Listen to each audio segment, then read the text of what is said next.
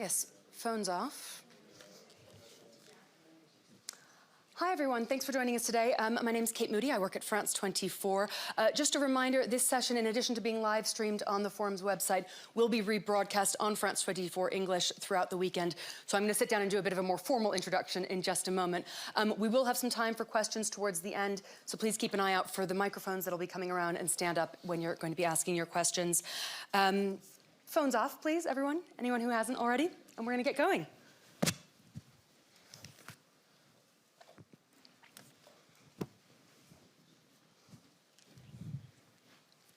Hello and welcome to the World Economic Forum and this special debate on France 24. I'm Kate Moody. 2 years of crises have changed almost everything we thought we knew about business and politics, including how they intersect.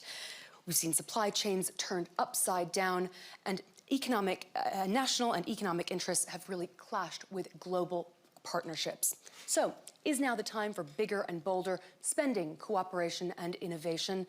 Is this the beginning of a new era of industrial development? To discuss this, I'm joined by Herbert Diess, CEO of Volkswagen, Pat Gelsinger, CEO of Intel, Paolo Gentiloni, EU Commissioner for the Economy, and Mariana Mazzucato. Thank you so much for being with us, Professor at University College London. Mariana, I'd like to start with you because this is an area that you've really studied pretty extensively. The pandemic has heightened this sense of urgency for public and private sector to work more closely together. How do we capitalize on that momentum? Well, the key word is urgency. It seems like we only know how to do things when they're urgent, which often means too little, too late. So I think one of the questions is, how do we normalize what we do during urgent times, whether it's war, and unfortunately we're living through one, but it's also interesting, in previous wars, no one ever says like, oh, there's no money, we need to raise tax revenue first. Literally, money is created to go to war, but also the instruments that are used by governments are very much kind of strategic, or we could call it outcomes-oriented, right? So outcomes-oriented procurement, the Defense Production Procurement Act, which came out of the Korean War, that's about having a goal and then using a lever to then crowd in different types of solutions in the business sector, but it's not just about like, let's have a public-private partnership or let's do commercialization. These very kind of flashy words that are often used in the policy space, but then aren't geared up towards actually solving issues. So what are our urgent problems? We have urgent climate problems. We have very weak health systems. We have a digital divide issue, which I'm sure we'll hear about later from the CEO of Intel, where all these kids who are in lockdown just stopped actually having access to their human right to education. Imagine if those were the goals in normal times, and then we said, let's devise a public-private partnership, but design that partnership in a way that's as ambitious as when we had the moon landing. The moon landing was not just done by saying, oh, let's partner. They actually designed procurement. They had a no excess profits clause. I think we should come back to that. Let's not turn this into a gambling casino if we have co-investment. What does it mean to share both risks and rewards? I could go on, but I'm already talking too much. But the main thing is strategic design of public-private partnership. Let's have a stakeholder value partnership. What does that actually look like? We need to learn from it in urgent times, but then apply it in normal times. Herbert Diess, there is quite a lot of public-private overlap in the car sector in particular, areas from emissions to regulations, state aid. Has that impacted Volkswagen's ability to navigate these last 2 very difficult years? Definitely, because our industry is very much regulated by taxation schemes. So we would have still markets where we have 90% diesel and markets where we have already 80 or 90% electric cars. And the difference is the taxation scheme, the legislation around it. So it's, I would say, an example of that it only can work. And this transition into a CO2-free mobility only can work between the right rules, boundaries, conditions, and the industry investing. So it requires a good alignment. I think we achieved it in Europe now with the green plan, so everybody knows what do we have to deliver by 2030, 35, and it makes a lot of sense. What's new for us, it's cross-sectoral. No? So far we have been dealing with cars, basically with emissions. Now we have to make sure that we get green energy for the cars, that we get the fast charging networks. And that's once again where governments, EU authorities have to help, have to make up your minds. This is why we're also organizing our industry a little bit different. So we're working together with energy companies, with the typical petrol companies to make sure that the new system, electric cars, is going to work. So private partnership is, and I think it's really, we learned it through this transition into EVs over the past 3, 4, 5 years. Paolo Gentiloni, how is economic policy making changing to deepen that cooperation with private state actors? Well, I think first of all, with lesson learned, because when we talk of public-private partnership, I am always going to reflect to what happened with the pandemic. I think this was an extraordinary example. Like the moon, in a certain sense, because indeed common policy decision joined with private research investments realized an extraordinary success. Then, of course, a success that was not able to become a global success, because it was a success for Europe, for United States, for the more advanced economies, and not for all the world. But please don't forget that this was exactly the example of a political decision in Europe also, an outstanding capacity of common procurement of vaccines, supporting research and delivering on this. I think this is changing the way we have to decide our politics also for the future challenges. And if I may mention the two of them, first is the climate transition, as you were saying before, because of course the European Union is frequently considered the queen of regulation, no? And it is, in a certain sense, a political body, but also delivering regulation in a lot of domains. But in this field, if we want the climate transition to become real, we need this regulation, these guidances to be decided together with stakeholders, with the industries. And I think that despite the fact that the targets we have are very, very ambitious, these are shared in a certain sense, with difficulties because each country has different priorities, each sector. So if we want to manage this, the climate transition, we need to decide together. And this is the same for the digital transition, but I will leave to our Intel CEO to discuss this. Well, that brings us nicely to Pat Gelsinger. Thank you. Intel has been expanding very rapidly, especially within Europe. To what degree has government policy played a role in that new chapter for you?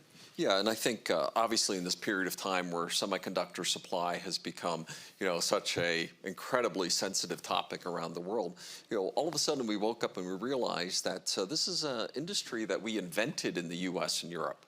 Right? And we had 80% of the supply chain in the US and Europe. And then the public-private partnerships that occurred in Asia, right? Now they have 80% of this supply. And it was never that US and Europe voted to get rid of this industry. It was that those public-private partnerships voted to attract that industry. And now we're sitting here, an industry that we created, we have 20% manufacturing in US and Europe, right? And I just say, wow. And all of a sudden in the pandemic, we saw demand was sort of going along at 5–6%, right? And then in COVID crisis, boom, 20+%, and supply chains get disrupted, and we have 0%, actually negative supply, and all of a sudden we have a gulf of 25%, right, in the supply chains, and everybody wakes up and realizes, oh my, we have let this industry entirely become dependent on Asia. We must rebalance the supply chain, and we have to build much more rapidly. And we and others have leaned in, the US CHIPS Act, the EU CHIPS Act, huge statements of how critical this industry is. And I would just say, what aspect of your life is not becoming more digital? Right? Every aspect of human existence is becoming digital. Everything digital runs on semiconductors. Nothing could be more important. And I've even gone as far as saying the last 5 decades of geopolitics has been defined by where the oil reserves are. I'll argue that the next several decades, where the fabs are, right, the manufacturing of chips, is more important than oil reserves for a digital future. So let's build them where we want them. And clearly the steps forward on the EU Chips Act, we're thrilled. Right? And we are excited. We've announced that we're going to be putting tens of billions of dollars in Europe, and I hope to do more than that as we're seeing such aggressive embrace by the European community, companies here, to build these supply chains where we want them for the future. Pat, I want to keep talking about semiconductors because they really do illustrate what we're talking about here. Do you think that government is reacting fast enough to changes in the tech industry? Of course not. Right, and and just in that, businesses react fast. Herbert as CEO, man, he makes a decision, everybody jumps to the attention and goes. In government, it's a much more consensus process, building across a complex union, right, of interest. So I'd say always not, but by design, they're not moving fast enough. That said, we've been nothing short of delighted by the reception we've seen by the European Union, the member states, for accelerating our expansion here. And I will say, I have been surprised. In fact, I tell my U.S., I was just in Washington, D.C. Last week, and I just say, U.S. started on its CHIPS Act a year earlier. I think Europe will finish its CHIPS Act. I'll see euros before I see dollars. And I think that's embarrassing for the U.S., right? An extraordinary statement of momentum on the part of the EU. You think it's just the nature of the governments in two places? In the U.S., the idea of public-private partnership, or maybe industrial policy, right, almost as a profane statement, right, says, we have to leave these things alone. And I remember when I was met with Marguerite Vestager, right, early last year, and she said we should only be involved where there is failure, right, of market.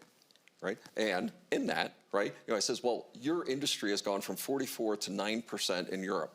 Is that failure of market? And obviously she came back roaring in the second half of the year, speaking better than I could on this subject. Mariana Mazzucato, you wanted to say something? Yes, because I was about to have a heart attack. No, I'm kidding. So I wrote a book called The Entrepreneurial State, kind of pushing back on this, I would call ideology, which many people have, about the kind of slow government versus fast business. We have slow government, slow business, fast business. The problem is, what I've found is that when governments have, coming back to the previous point, urgent problems, and when they organize themselves with purpose-oriented organizations, then you can't be slow, right? Just think of everything in your smartphones. Where did it come from? Everything that at least makes it smart and not stupid. Internet, GPS, touchscreen, Siri, all government financed, but not just like with helicopter money, through organizations. And the internet was the solution to a problem. No one had an internet strategy. The problem was getting the satellites to communicate. Similarly, with GPS funded by the Navy, there's a problem. GPS solved it. And along the way, they failed. There was trial and error, something that venture capitalists like to brag about. As soon as a civil servant fails, front page of the newspaper. So a bit of also cultural change, organizational change, because we need more purpose-oriented DARPA-type institutions across the board, not just in the military-industrial complex. We need those kind of organizations thinking about, again, the digital divide, thinking about a plastic-free ocean, thinking about climate, and so on. And so it's really an outcome of how we organize and govern these institutions, just like with corporate governance. We know that maximization of shareholder value is not necessarily, the best way to govern a company. Similarly, public organizations can be governed in different ways. And instead of saying it's the DNA of government that makes it slow, we should actually rethink the organizational challenge and the tools, make them purpose-oriented, and then work with public and private in a much bolder, confident way also to make sure the rewards are shared, not just the risks. Paolo Gentiloni, I do want to ask you about the EU Chips Act. Where does that stand, and how quickly do you think it can help unblock these supply chain problems we've been seeing? Well, I'd say three. First, I love a certain slow motion of political decision making, because this is democracy, of course. Yes, decision making needs consensus, building agreement among different parties, and without this you have maybe speed, autocratic governments that we don't like. And I'm sure that we agree on this. This is the difference. So and then you can have better or worse government, better or worse corporate governance. But by definition, political decision-making needs its time for building consensus on a democratic system. Second point, it's very interesting what you said about the dynamics in the European Union, because it's exactly the dynamic we are living. Honestly, the word industrial policy also in Brussels was not so popular until a few years ago. And this is part of a reshaping of the European policy towards the idea of having a sort of strategic autonomy that Europe needs in the future.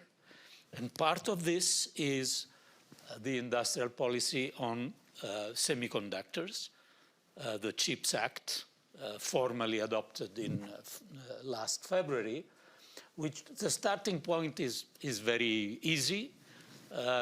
We have an enormous increase of demand, and we are totally dependent, mainly from South Korea and Taiwan. So we need to build our capacity. We had very, very low investment in recent decades. We know that the market will double by 2030, 1 trillion market. And in Europe, we all need to increase our capacity. So we put some money, some regulation, some incentives for foreign investors. And I think this is interesting because we have the capabilities. We have good research. We have good experience in equipment for this industry, but we don't have the capacity. We are too low. So I think that CHIPS Act is one of the good example of the fact that we are changing a little bit our mind, and we will have an industrial policy at European level. Herbert Diess, will that? Yeah, I would really underline that and strengthen it. I'm very happy that we are opening up to an industrial policy because, you know, it's so important to be successful. And all successful competitors worldwide, they have an industrial policy, whether it's explicit or it's an internal cycle. And it's required because if you want to be successful in worldwide markets, and I still believe that the markets will remain substantially worldwide, you have to be competitive in those markets. And to be competitive, you need economies of scale. And normally you create economies of scale in your home market to be expensive. So governments have to think about how to create markets, how to shape markets. Where do we want the market to go? Do we want to go to electric cars or not? Is that something? We should consider, for instance, if we now building up a renewable economy, we should reconsider all the semiconductors we need for the solar panels, which today are coming from 90%, not because of technology, because there's so much value added, which we basically outsource. So we should consider to build that up, regain wind energy, batteries you mentioned. And this is where we need an industrial policy. I was a little bit hesitating when you said autonomy. I think autonomy, and this is what we're talking currently a lot. We want to become independent from China, from Asia, from Russia. I think that is dangerous because this world we are living in is based on a world really of worldwide trade. And let's do the things which some areas, nations, economies can do better and make the better. And that creates a lot of value, competition, and also innovation in the world. And if we wanted to go to, let's say, self-sufficient states or so, we would lose a lot of dynamics. And I'm not counter, let's say, interpreting what you've said, but Taiwan is so strong in semiconductors. First of all, because there was policy, okay, but today because they're so competitive. And the latest technology is not about the amount of factories, but the latest technology of chipsets for the smartphones you only get in Taiwan. No? And this is for sure, it's also a reason because there was an industrial policy, but today they're very competitive. So now if we build up now this competitive semiconductor supply in Europe, in the United States, and depending less on Taiwan, will then Taiwan be a safer place? I don't think so. Yeah? I don't think so. I think a self-sufficient world in blocks is a much more dangerous world and a much less innovative world. And also, I would say, a world which cannot grow as fast and solve so many problems, like we have today, the energy transition, or let's say climate change in general. So I would, Can I disagree with you for a I don't second? like this. Or help them, right? Okay. Yeah, right, because it's not about creating independence, it's about creating geographically balanced supply chains that you have less single points of failure. Right, and to me, that doesn't create more independence. That creates more interdependence, right? In the world economics, right? And if I don't have a single point of failure, I'm not as worried if, in fact, they have a crisis. Maybe a energy grid, fails in that country, or they have a flood in that country. If I have a more geographically dispersed supply chain, it's a better supply chain. The phrase we use is we need to go from just in time to just in case. Right? We need to build more resilience into a global supply chain with more points, right, of supply into it, less points of unique dependence, and that actually allows us to have a better political framework as well. Because then, if I don't have unique supply dependencies, then little things stay little things in the geopolitics as well. Mm-hmm. Just one comment to Pat, and we're working well. We're working well together. So we're working well together. But the current VW, buy more Intel. Okay. The current constraints in semiconductor supply are not an Asian or problem because the production location is Taiwan or China, or we only have now 10% in Europe. The current production shortages are because we planned it poorly. Yeah? We all knew that the Internet of Things would happen, that any other device would be connected. Then the pandemic hit and the demand really raised a lot, and we always had oversupply of semiconductors. And you still remember that, no? Where we had idling plants worldwide. And I'm also in some of the boards of the plants, and we just underestimated the demand worldwide. And the supply, the lack of supply is not Asia, it's worldwide. We had a lack of supply from the United States plants, from the European plants, from the Japanese plants. So this has nothing to do. But I agree, more alternatives, let's say a competitive edge or advantage in Europe over Taiwan or the US, that helps. Competition helps. So, and I'm also concerned that we only have one company which is leading edge. Mm-hmm. Mariana Mazzucato? Yeah, it's just interesting that we're saying that industrial strategy is new, because one thing is whether something is really new, or are we just talking about it again all of a sudden? So the U.S. historically has had an industrial strategy. I just gave an example, but they pretended they didn't, right? So they act Hamilton and they talk Jefferson. Yeah. And now everyone knows who Hamilton is because of the musical, but it was because of industrial strategy. And so if we're talking about it, kind of coming out of the closet, with therapy and actually talking openly about industrial strategy, how do we make sure we don't fall back to the old type, which was literally just picking sectors, often sectors that lobbied their way up to be considered a top sector. And I fear that the way we're sort of talking about it now is the old way, like a sector, semiconductors, and why? Oh, because we don't have enough of them. We're actually, the semiconductor sector itself emerged from a period where we needed them to do stuff, but the conversation was what that stuff was, right? So think today, in terms of climate, of course, a climate strategy, a digital strategy, like all those different purpose-oriented strategies I talked about, need so many different sectors to be tackled.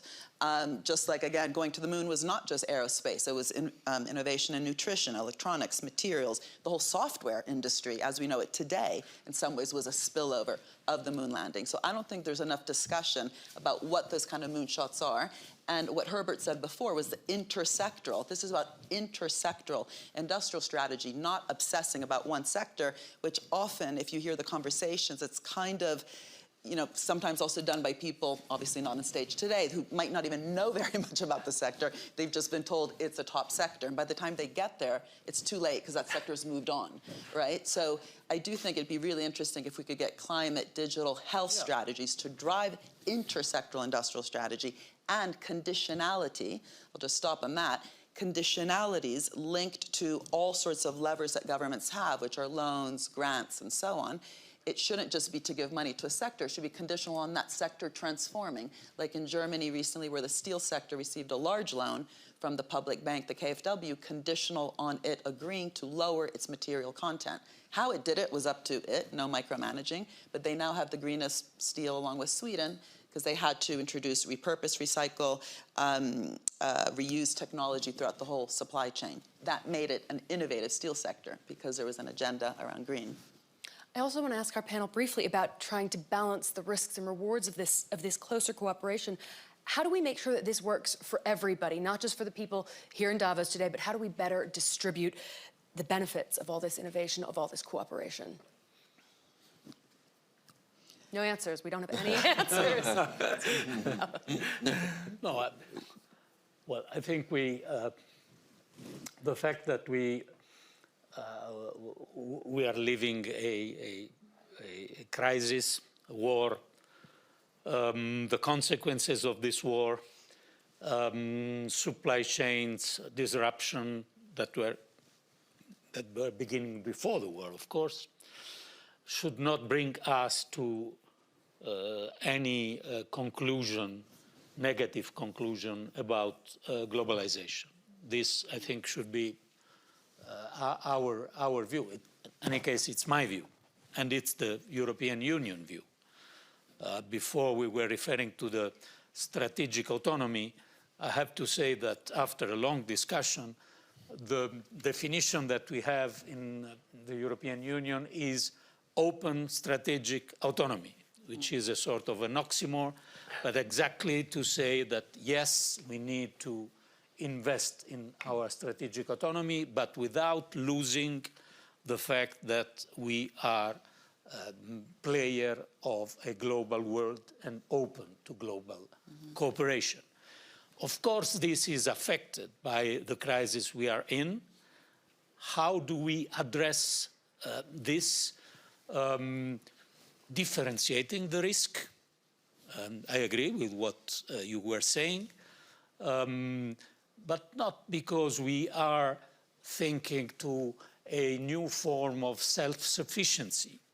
We Europeans, we make everything among European borders. We are self-sufficient. This is quite impossible. And the fact that we have billions of people emerging from poverty in the world is connected to globalization. And we need a more secure globalization, but not a reduced, decoupled, humiliated globalization. So I think this message is very important now that globalization is at risk because of the real problems that we have. So we can't depend from a single country on a rare metal or not only chips. There are several things we can't depend on single country. We have to diversify, to strengthen and shorten our supply chains, but continuing to trade in an open way with the world. But on sharing rewards, like the concrete ways to do it, I think really need to be rethought, because the risk is we end up socializing risks, but privatizing rewards. And, health innovation is the best example. In the United States, for example, the National Institutes of Health, which are government, put in $40 billion a year towards health innovation. And of course, there's all sorts of great public-private partnerships, but the partnership, again, doesn't result in the sharing of the reward. So prices of drugs that come out of publicly financed co-investment, because obviously the private sector invests a lot as well, the prices should reflect that kind of stakeholder collective creation of value. They don't. The US could. It actually has the right to march in rights through the Bayh-Dole Act. It's never exercised its right. Intellectual property rights, they've been abused. They are often used just for kind of extraction. Intellectual property rights should be weak, so easy to license, narrow, not too wide, and more downstream, not so upstream that we're actually privatizing the tools for research. That's what the public sector should be negotiating with the private sector. That's a bad governance of an innovation system when you have the opposite, very strong, very wide, very upstream intellectual property rights. So the sharing of the rewards is how you govern the system towards some sort of common good criteria, and you don't have that when you just have one side de-risking the other. One of the things that, certainly as we, and I look at it through the lens of my industry and what we're doing, but one of the things, as we look at the CHIPS Act in Europe, for every dollar that we would receive in incentives, we're putting in 2 or 3. Right, so there's a high multiple of our investments co-investing. But we've also seen that for every job we create, we're on average creating 7 to 10 jobs. Right, these are supply chain jobs. These are other things. These become magnets of investment. We are, at the Magdeburg site, we expect that we'll probably be employing 7,000 construction workers for almost half a decade to build out that site. Extraordinary demonstration, right, of community building, and then around it, it becomes a city. Right? Policemen, teachers, right? Restaurant workers, everything sort of comes around it. It's a magnet for technology. So we've clearly seen that, at least this model of investment, shared, co-risk investment, but also fundamental of manufacturing jobs, reshoring, creates this dramatic multiplicative effect across demonstrating extraordinary economic return for those incentives. So, I don't know that I've thought through it as thoroughly across a wide range of industries, but clearly in this case, this is extraordinary, right, in terms of the capacity that it has for producing wealth, for economics, right, not even to mention some of the supply chain or national defense implications thereof. Herbert, briefly? Yeah, I generally agree. No, I think such a big technological investment is worthwhile also public support, because it creates so much wealth for an entire state and company. And this is how it happened in Taiwan as well. No? And that a lot of this is public money invested there. So it's probably required. We always should look, and this is a concern now, if we're building up now so much capacity, we have to look that it's worldwide competitive. Yeah? Because, if we're talking then to some of your competitors, wouldn't you come to Europe, say, yes, we can, but you would have to pay twice the price for the same semiconductor. No? And then it's not working. We have to be, our investment has to be competitive, and we have to be fair on but because there are many, let's say, efficient plants and committed people working in other places of the world which want to earn their share of the world economy. We have time for a few questions from the room. If anyone would like, if you could stand up, I think we have microphones that can come to you. There you go. And if you could stand up, please, yeah. So my question revolves around technology competition. Your name, sorry? Oh, my name is Rob McGinnis. I'm founder of Prometheus Fuels. I'm a tech entrepreneur, so I care about tech competition. I want to compete with my tech. So technology competition is opposed in some degree with industrial development if industrial development or industrial policy chooses a platform that can have the effect of suppressing competing technologies which might be superior. So how do you balance the desires, all the obvious benefits of industrial policy with the potential for suppressing competitive innovation and technologies? A good question. No? It depends probably very much on the sector you're talking about. Yeah? But could you mention which sector you're in? Energy. Energy. Yeah. Energy is highly regulated now, and for sure there is. It's not a free marketplace in many countries in Europe, at least. It's a lot of also public money going in.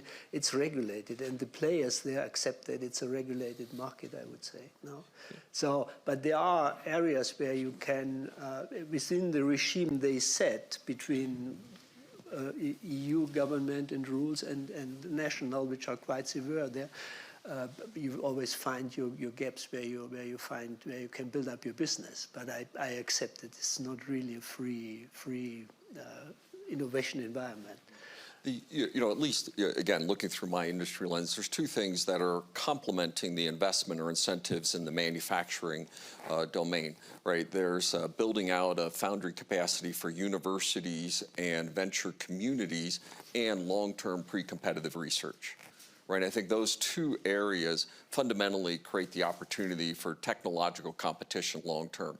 More capacity for university research shuttles that they can be, experimenting, and long-term pre-competitive research with very generous or totally open IP considerations, right, that tend to create that long stream capacity for sustainable entrepreneurial innovation. And I view those as the complements to incentives in the core manufacturing. I would like to add, because I think you make a very relevant point there, and I think we should be very cautious in this subvention, in the incentives we are giving politically, because the tendency is that they stay there for many years. For instance, in Germany, we still have 4 billion subvention into diesel. Now, we don't need diesel anymore for, let's say, becoming more efficient, but it seems to be so difficult to take away. And there's still some even incentives going into coal mining, yeah? Not a lot anymore, gladly, but I think it's really, it's a very valuable point. We really should think through the innovation, subvention schemes we are thinking, and then taking away what's not necessary anymore, which is a challenge. No, just one comment. I think of course, we run the risk to understand industrial policy as the fact that public authorities, governments are deciding what is the best technological solution and answer for the problem. This would be crazy. We have an example exactly on the vaccine, for example. Vaccine was a scientific extraordinary success.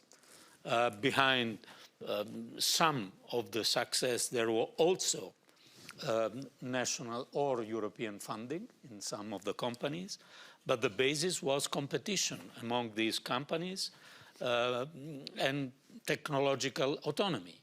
And this was not the case in other countries that produced other vaccines, but not so effective, as we know.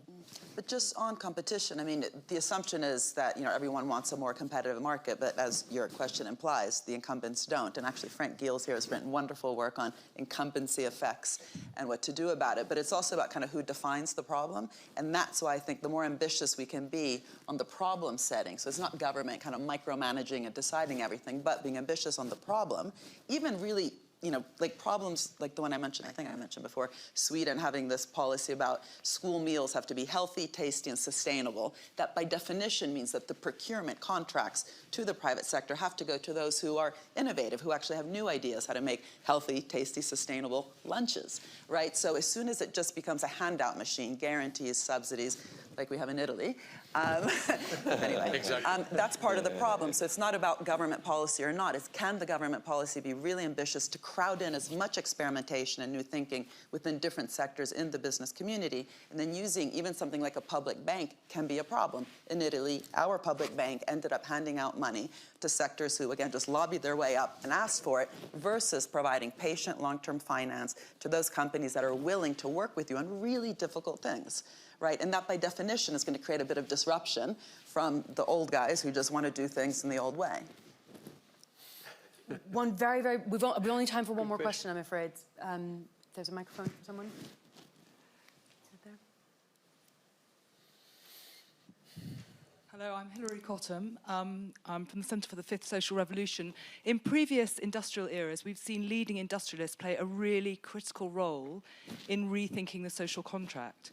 And both of you this afternoon have spoken really interestingly from the industrial technical side.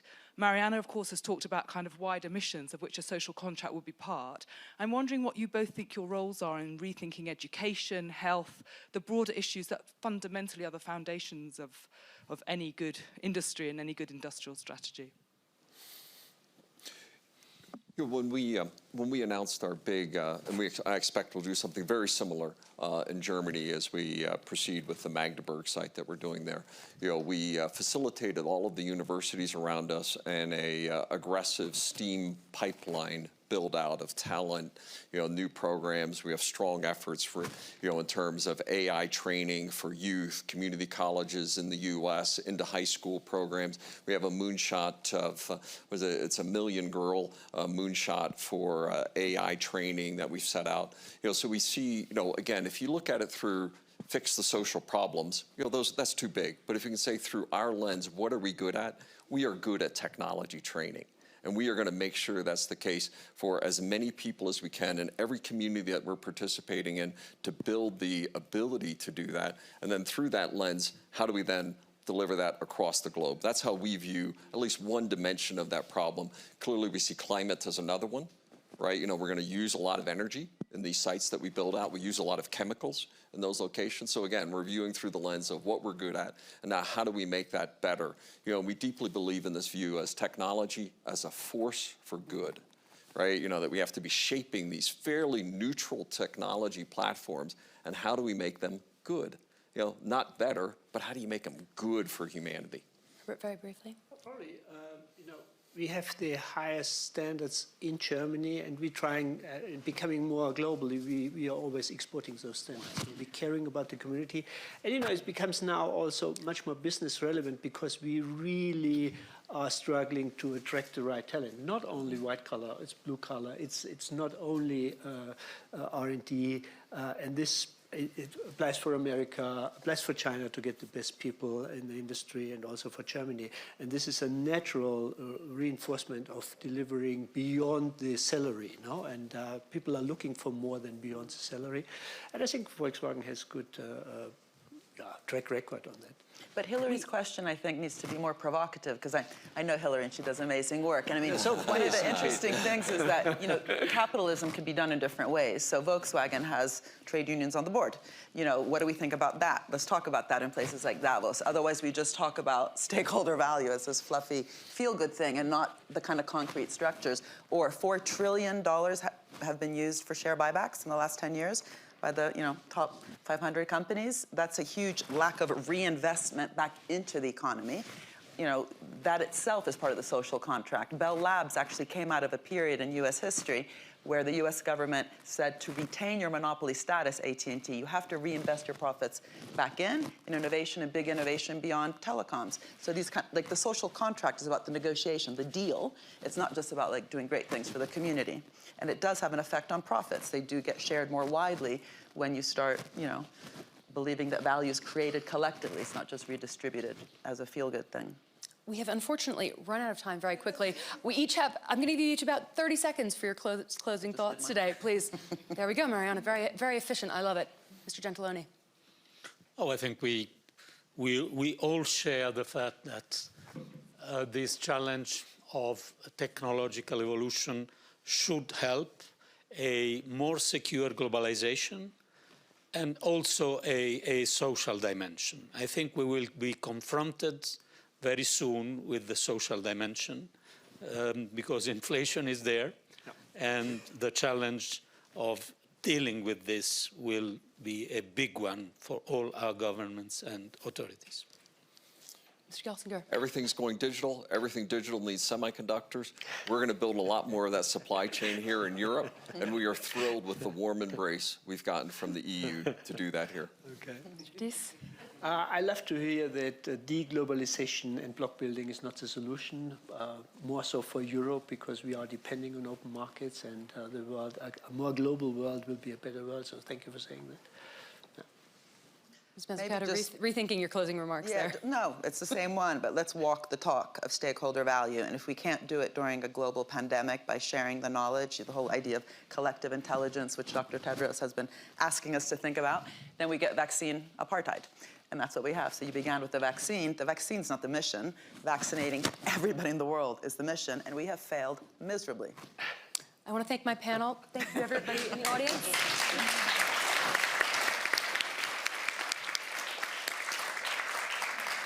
And thank you all at home who are watching as well. There's more news coming up on France 24. Bye from Davos.